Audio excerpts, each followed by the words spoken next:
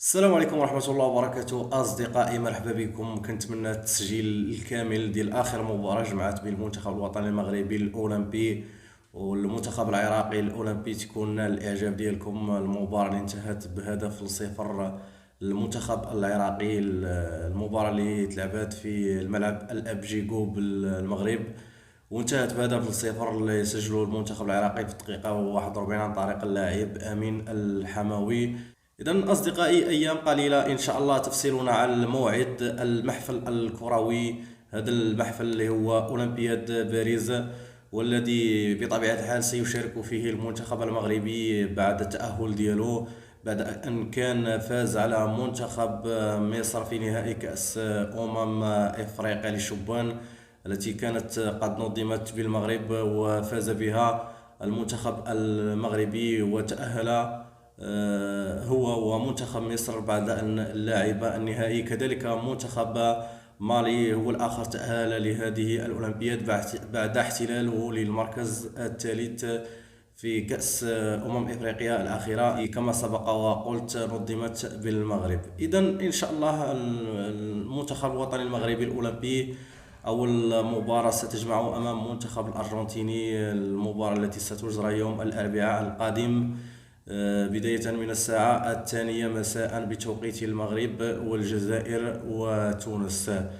المنتخب الوطني المغربي جاء في مجموعة تضم كل من الأرجنتين كما سبق وقلت، وكذلك منتخب أوكرانيا والمنتخب العربي العراقي. المباراة الأولى ستجمع أمام منتخب الأرجنتين كما قلت يوم الأربعاء القادم.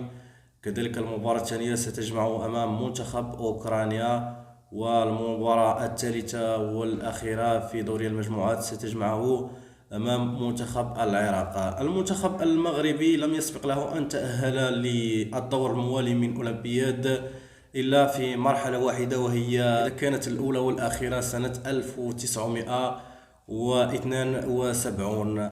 المنتخب المغربي الأولمبي في هذه النسخة بالترسانة التي يتوفر عليها المدرب طارق السكيتيوي سيحاول المرور للدور الموالي بوجود لاعبين كبار مثل سفيان رحيمي، وكذلك أشرف حكيمي ومنير المحمدي، اللاعبين الثلاث فوق السن القانوني الذين ذهبوا مع المنتخب المغربي لهذه الأولمبياد.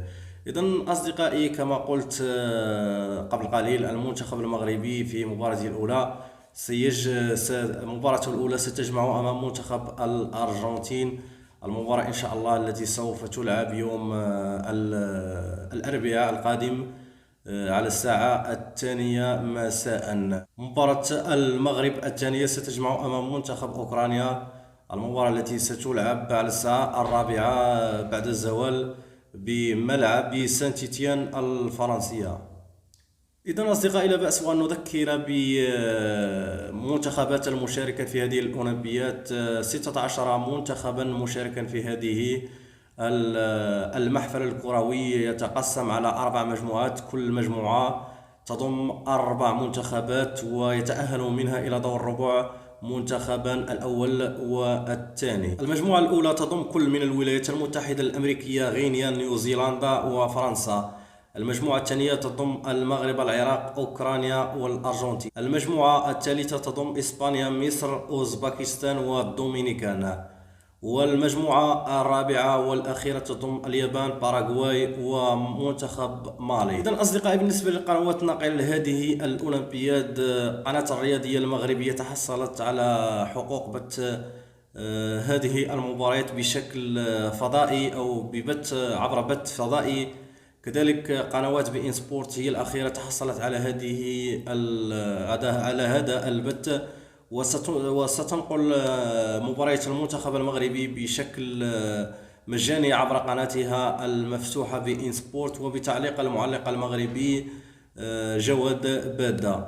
إذن أصدقائي، كان هذا هو موعد مباريات المنتخب المغربي بالنسبة لأولمبياد باريس 2024، والتي ستنطلق بداية من 24 يوليوز الحالي، وإلى غاية 9 من غشت القادم. أتمنى هذا الفيديو أن يكون نال إعجابكم.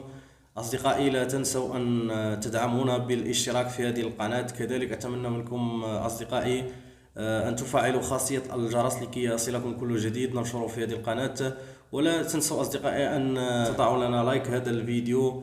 السلام عليكم ورحمة الله وبركاته، ونلتقي في فيديو آخر بحول الله. السلام عليكم ورحمة الله وبركاته.